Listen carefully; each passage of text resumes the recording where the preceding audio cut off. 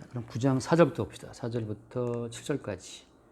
9장 4절. 그러나 고기를 그 생명되는 핏째 먹지 말 것이니라. 내가 반드시 너희의 피, 곧 너희의 생명의 피를 찾으리니 짐승이면 그 짐승에게서, 사람이나 사람의 형제면 그에게서 그의 생명을 찾으리라. 다른 사람의 피를 흘리면 그 사람의 피도 흘릴 것이니 이는 하나님이 자기 형상대로 사람을 지으셨음이니라. 너희는 생육하고 번성하며 땅에 가득하여 그 중에서 번성하라 하셨더라. 아멘. 이게 이제 어떻게 보면 약간 모순되는 식으로 하나님 말씀이 흘러간 것처럼 보여요. 뭐 때문이냐면은 그 7절처럼 너는 생육하고 번성하여 땅에 가득하라 하잖아요. 번성하라 그러시거든. 근데 지금 이 생육하고 번성하라고 말씀하시는 이 말씀의 객체, 대상이 누구야? 인간이잖아요. 그죠? 근데 인간이라는 존재는 어때요? 지난주에 봤다시피 인간은 이게 어려서부터 어때? 어려서부터 악한 존재거든. 그럼 하나님은 인간이 뻔히 어려서부터 이렇게 본질상 죄인이라는 사실을 알고 계시거든. 근데 왜 그 악한 자들을 싹 때려 죽이지 않고 왜 자꾸 이 번성하게 하시는 걸까? 악한 것을 아시면서 번성하라 하시고 또 번성케 하시는 거거든요. 그러니까 이건 뭐야 말하자면 인간의 생육과 번성이라고 하는 것은 인간의 어떠함과 상관이 없어요. 인간의 번성, 생육, 강성함이라고 하는 것은 일방적인 하나님의 그냥 명령이라고. 그 사람이 죄를 지었기 때문에 뭐 쇠약해지고 그런 게 아니에요. 마치 이제 뭘 느끼냐면 그걸 느껴요. 이제 데살로니가 후서 2장에 보면 그런 말씀이 있잖아요. 악한 자의 임함은 사단의 역사를 따라 뭐 거짓 기적과 표적과 해서 좀 나는 말씀이 있죠. 그러니까 악한 자들도 표적을 행하고 기적을 행해서 수없이 많은 사람들을 모으거든. 그러니까 악한 자들의 생육과 번성이라고 하는 것도 어때요? 그들이 악하기 때문에 이 땅에서 쇠퇴해지고 망한다? 그거 아니죠. 악한 자의 임함도 주께서 허락하시는 거거든, 그렇게. 마찬가지로 날 때부터 마음에 계획하는 바가 다 악한 자들인데 하나님께서는 그 인간들을 대상으로 해서 생육과 번성을 명하신단 말이지. 자, 그래서 우리는 그러면 왜 그렇게 하시지? 라고 첫 번째 우리는 이제 의아심을 품게 돼요. 물론 안 품는 사람도 많지만 뭐 이상한 생각할 수가 있는데 그 뭐 때문인가요, 그것은? 하나님의 은혜라고 하는 것은 사도 바울이 딱 요약했어요. 죄가 더한 곳에 은혜가 더하다고. 하나님의 경륜이라고 하는 것은 죄를 바닥에 깔면서 그 죄를 이기는, 그 죄를 씻어버리는 예수의 은총을 드러내시는 거거든. 그러니까 마찬가지죠. 생육과 번성이라고 하는 것은 그 위에 뭘 담고 있는 거예요? 인간의 생육과 번성은 인간의 생육과 번성이 최종 목적이 기회 아니에요? 그게 아닌 거죠. 인간의 생육과 번성이라고 하는 것은 사실은 무엇을 위한 기반이야? 무엇을 위해서 주님께서 이렇게 번성케 하시는 거예요? 이제 바로 오늘 그 말씀에 나온 그 힌트라면 힌트죠, 그게. 6절 말씀 보면 흘리면 그 사람의 피도 흘릴 것이니 이는 하나님이 자기 형상대로 사람을 지었다 이렇게 말씀하시거든. 자, 여기 이제 하나님의 형상대로 사람을 지으셨다라고 하는 이 부분이 말하자면 인간의 생육과 번성의 목적이 돼요. 다시 말해서 인간의 생육과 번성이라고 하는 것은 하나님의 형상을 나타내고 증거하기 위한 수단인 거예요. 여기서 이제 오해하면 안 되는 것이 인간의 생육과 번성이라고 말씀하셨기 때문에 당연히 인간은 번성해야 되고 생육해야 된다. 이렇게 말하는 분들도 있어. 나는 어떤 목사님도 창세기를 보면서 그 생육과 번성은 마치 이제 어떤 세상 명령인 것처럼 그래서 생육과 번성해야 그것을 위해서 우리는 결혼해야 된다 말이에요. 결혼해야 된다 그러고 막 그저 이제 막 이야기하는 분이 있고 또 어떤 분도 마찬가지죠. 요즘에 이제 그 출산율이 떨어지니까 성경의 근거를 들어서 성경에 분명히 이 생육과 번성을 말씀하셨다. 따라서 이거 애 낳아야 된다 말이죠. 그런 말씀이 많이 있거든. 근데 다 지금 뭘 놓치고 있는 거예요? 단순히 생육과 번성만이 목적이 아닌 거지. 목적은 뭐 때문이냐면 하나님의 형상이 무엇인지를 증거하기 위해서 인간의 생육과 번성이 필요하다는 거죠. 그러니까 수단이에요, 수단. 늘 말하는 것처럼 하나님의 모형이라고 하는 거지. 하나님의 형상을 나타내고 증거하기 위한 수단으로 인간의 번성이 필요한 거지 인간의 번성 자체가 목적이 아닌 거예요. 마찬가지지. 우리는 그러잖아. 우리는 내가 돈 많이 벌고 내 건강하고 내 잘 사는 거. 하나님의 축복을 그렇게 많이 해석하거든. 내 예수 믿었더니만 내가 병이 나왔고, 예수 믿었더니만 내 집안이 잘 됐고, 예수 믿었더니만 뭔가 사업이 잘 되고 말이지. 그러니까 자기 자신의 어떤 번성과 그 창성케 된 것 자체가 어떤 주의 축복의 마지막으로 생각할 수가 있어요. 근데 성경에서 그렇지 않고 형상이라고 하는 것 자체를 나타내기 위해서 지금 계속 수반되는 하나의 과정이라고 하는 거예요. 근데 이제 또 하나 지금 6절 말씀이 아주 특이한 게 뭐냐 하면, 6절이 내가 볼 때 참 특이한 게 뭐냐 하면, 창세기 2장에 나와 있는 하나님이 자기의 형상과 모양으로 사람을 창조했잖아요. 근데 하나님의 형상과 모양이 무엇인지에 대한 힌트가 거기는 있어요, 없어요? 없어요. 하나님 형상이 뭐지? 그야말로 진짜 뭐 말씀 그대로 형상 모양이니까 likeness, 뭐 외모라고 할 수 있고 appearance, 뭐 그런 외모라고 생각할 수 있지만 하나님이 외모가 어디 있어요? 형체가 없는 분인데. 그래서 형상이 무엇인지에 대한 그 창세기 2장에서 잘 안 나오지만 이제 여기 9장 6절에 들어와서 처음으로 하나님의 형상이 무엇이냐 힌트가 나와요. 그게 바로 뭐냐 하면 피예요, 피. 다른 사람의 피를 흘리면 그 사람의 피도 흘릴 것이니 이는 하나님이 자기 형상대로 사람을 지었다라고 하거든. 그러니까 이 하나님의 형상대로 사람을 지었기 때문에 피 흘리지 말라 그렇게 말씀하신다고. 그러니까 지금 어때? 형상이라고 하는 것은 피와 연관이 있어요.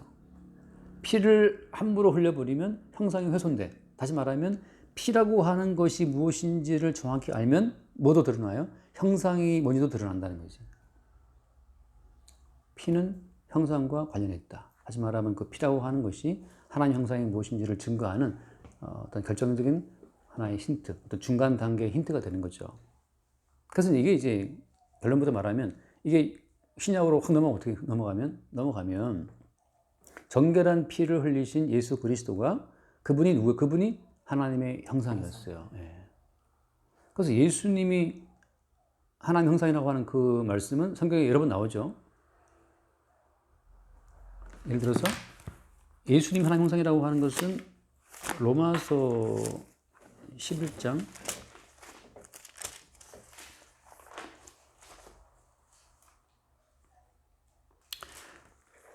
로마서 11장이라고 알고 있어요. 10장 아닌가?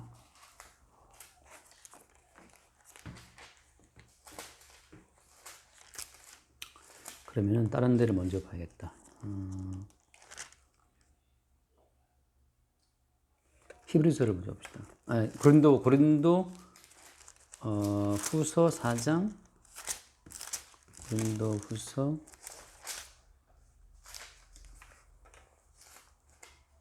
4장 4절을 보면, 고린도 후서 4장 4절을 보면 그 중에 이 세상의 신이 믿지 아니하는 자들의 마음을 혼미하게 하여 그리스도의 영광의 복음의 광채가 비치지 못하게 함이니 그리스도는 하나님의 형상이니라 라고 되어 있거든요.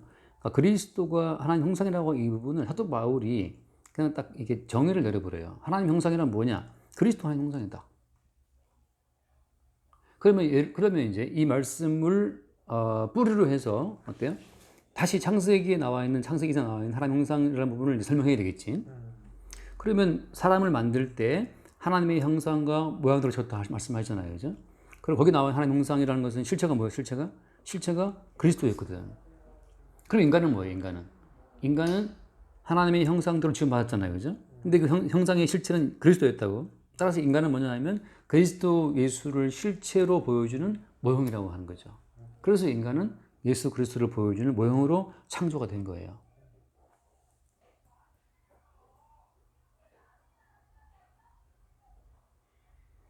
여기도 있고 뭐 히브리서도 있지. 히브리서도 그 형상이라는 말은 사도 바울이 설명한 게, 그래서 히브리서 1장에 보면 1장 3절에 보면 그런 또 얘기 있어요. 이는 하나님의 영광의 광채시요 그 본체의 형상이시라. 그러니까 예수 그리스도를 말씀할 때 그 본체의 형상이라고 말씀하시거든. 그러니까 이제 결국 성경에서 말하는 형상이라는 것은 뭐냐, 이제 시장에 들어오게 되면 예수 그리스도를 말하는 건데, 여기서 지금 그러면 오늘 돌아와서 9장 6절에 보면 이 피째 먹지 말라 말이지. 사람의 피를 흘리지 말라 말씀하시는 것은 무엇을 보존하라는 뜻이에요? 뭘 보존하라? 이것은 하나님 형상의 실체가 되시는 그 예수 그리스도를 나타내고 증거하기 위해서 계속 인간은 생육하고 번성하는 복을 하나님께 받게 된 거예요. 그게 이제 무슨 연관이 되냐 하면, 예를 들어서 오늘 9장 4절에 보면 한번 봐요. 9장 4절. 그러나 고기를 그 생명에 되는 피째 먹지 말 것이다. 왜 먹으면 안 되죠? 생명되는 피는 그리스도 생명되는 피째 먹지 말라라고 말씀하시는 이 얘기는 율법으로 보게 되면 그렇잖아요. 우리가 율법으로 보게 되면 우리가 뭐 그런 선지 같은 거 먹으면 안 된다 할 수도 있고 말이지. 사슴피 같은 거 먹지 말라. 뭐 아무튼 피를 다 빼고 먹으라. 그렇게 볼 수도 있고. 율법적으로 이 말씀을 대하면 피만 안 먹어도 된다고 생각하지만 여기서 말하는 이 모든 말씀의 실체를 신약으로부터 봐야 되기 때문에 이 피째 먹지 말라라고 하는 거 그냥 피가 아니고 무슨 피예요? 이게 생명이 되는 피거든. 그러니까 피라고 하는 것에 들어있는 생명의 요소가 있다는 거지. 그것을 생명되는 피째 먹지 말라라고 하는 그 이야기는 쉽게 말하면 생존을 위해서 피를 먹는 것을 주님께서 금하는 거거든요. 다시 말하면 이것은 고기라고 하는 것은 인간의 생존을 위해서 허락된 것처럼 지금 나왔잖아요. 지난주 봤다시피 고기를 먹으라 했기 때문에. 그럼 고기를 먹는 것은 우리 인간의 생존을 위해서 허락하신 것이구나 하고 이제 생각할 수가 있거든. 근데 하나님 입장에서는 어때요? 생존이 문제가 아니지. 왜냐하면 생존이라고 하는 것은 이미 어때? 이미 노아의 홍수로 다 죽은 존재들이거든. 생존 자체를 위해서는 아무도 어때? 살 수 있어요? 없어요? 살 수가 없는 거지. 그럼 생존과 다른 게 뭐지? 거기 나오는 표현대로 말하면은 생명이에요, 생명. 자, 생존을 위해서 고기를 먹으라 한 것도 아니고 생존을 위해서 피를 먹으라 한 것도 아니에요. 이것을 신약으로 그대로 대입시키면 뭐냐 하면 예수를 믿을 때 생존을 위해서 예수 그리스도의 십자가의 피를 믿는 것 자체를 말하는 거거든. 생존을 위해서 예수 그리스도의 피를 믿어버리면 예수 그리스도를 땅으로 끌고 내려와서 자기 생존을 위한 수단으로 생각하게 돼요. 그래서 예수님께서 요한복음 6장에 그런 말씀하시잖아. 너희가 나를 찾는 것은 떡을 먹고 배부른 까닭이다라고 말씀하시잖아요. 떡을 먹고 배부른 사람들은 예수를 찾아. 왜 찾아요? 계속해서 떡을 먹기 위해서. 다시 말하면 생존을 위한 용도로 예수를 오해했다고. 예수님 같이 말씀이 뭐야? 내 살을 먹고 내 피를 마셔야 된다고 말씀하시거든. 그 말은 무슨 말이지? 예수의 살을 먹고 예수의 피를 마시지 않으면 너희 속에 생명이 없다. 생명이 없다. 생명되는 피째 먹지 말라고 하시는 그 말씀은 생존을 위해서 뭔가를 취하는 자체를 주님이 계속해서 우리에게 그걸 이제 금하시는 거예요. 근데 금한다고 해서 우리가 그것을 금한다라고 해서 우리가 금하신 명령을 지킬 수가 있나요? 못 지켜요. 예를 들면, 그러니까 그렇지. 우리가 율법적으로 피를 안 먹을 수 있거든. 안 먹으면 그러면 하나님께서 말씀하시는 그 말씀을 지키는 건가? 아니죠. 왜 하냐? 피째 먹지 말라고 말씀하시는 그 취지를 우리가 모르니까.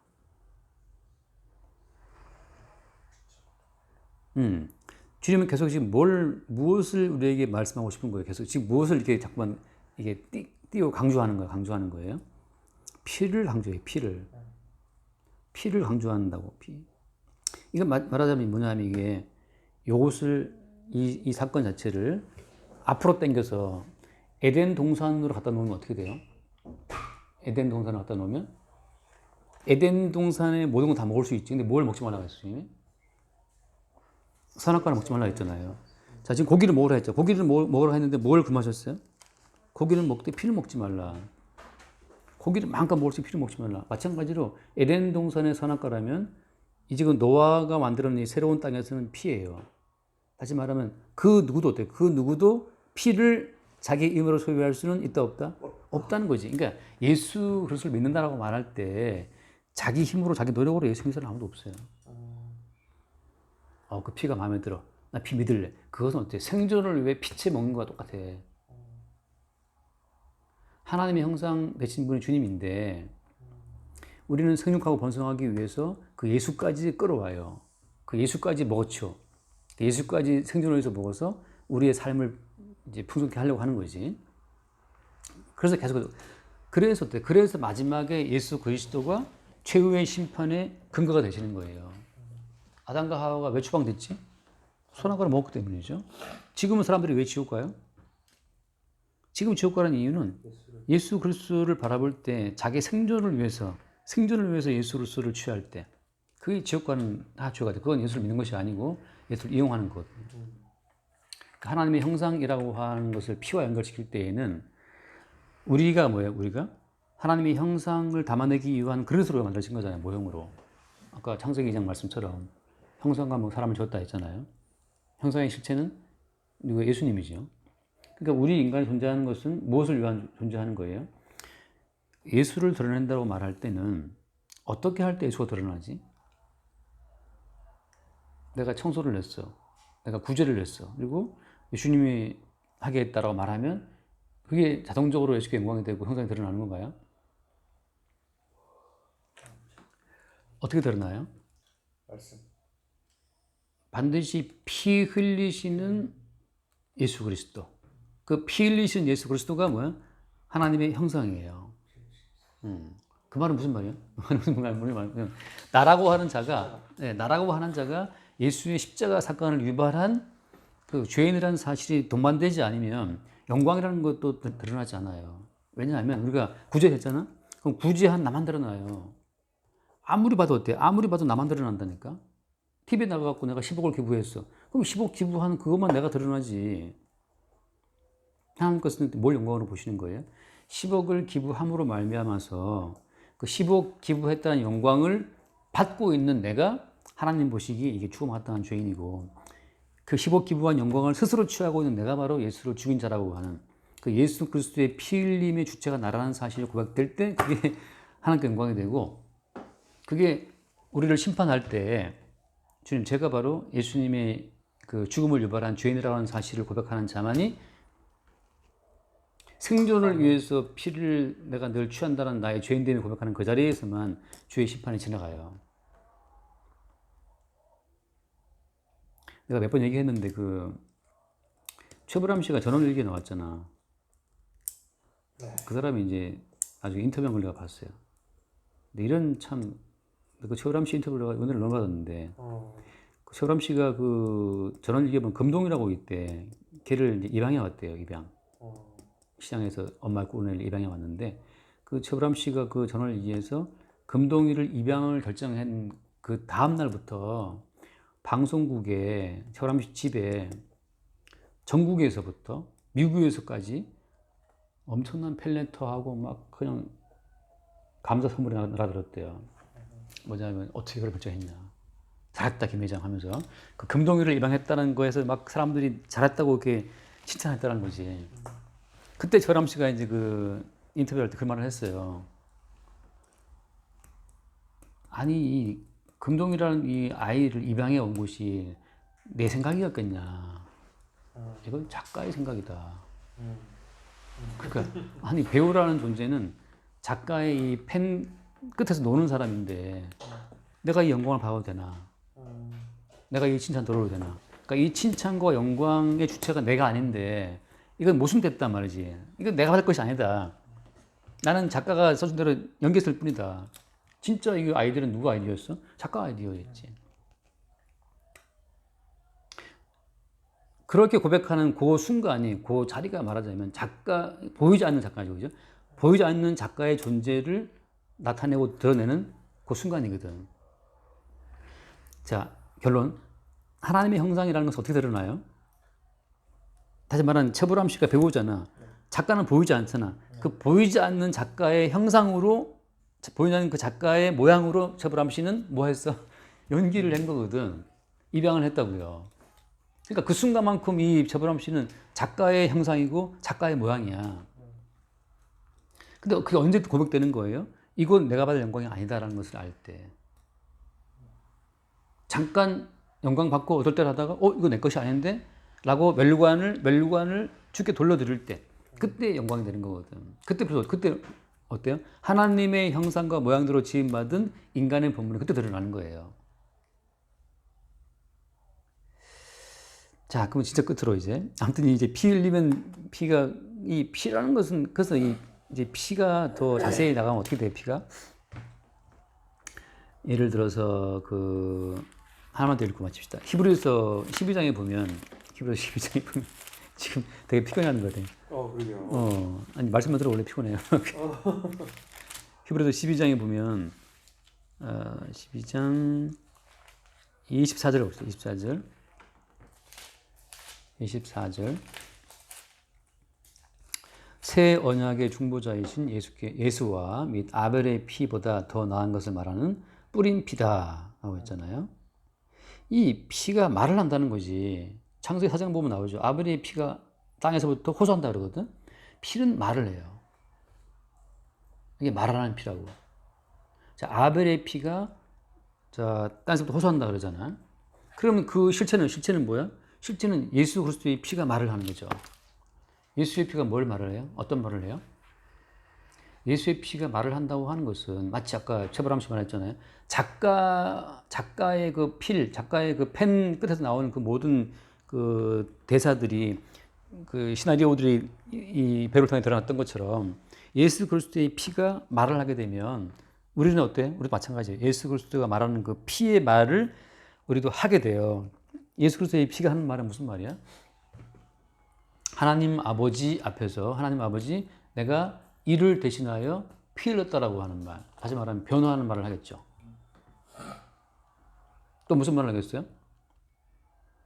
무죄한 내 피를 흘렸던 자들은 이들이다 라고 말하겠지. 그 예수 그리스도의 피 흘린 그 행위로 말미암아서 영원한 심판과 영원한 생명이 갈라지는 거예요.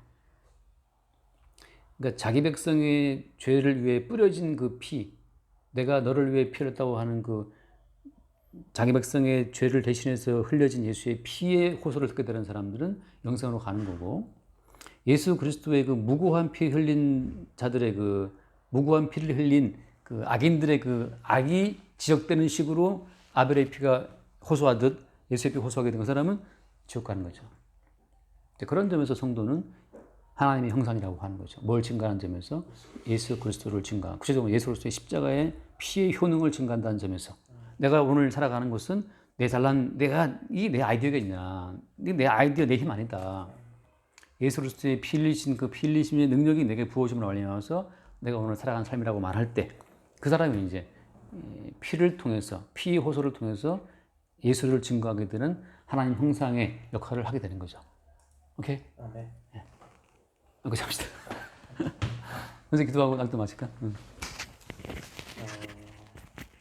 주님 감사합니다. 어떤 성경의 어떤 부분을 펴도 오직 그리스도와 그리스도의 십자가의 피 흘림의 복음이 보여주게 하신 참으로 감사드립니다.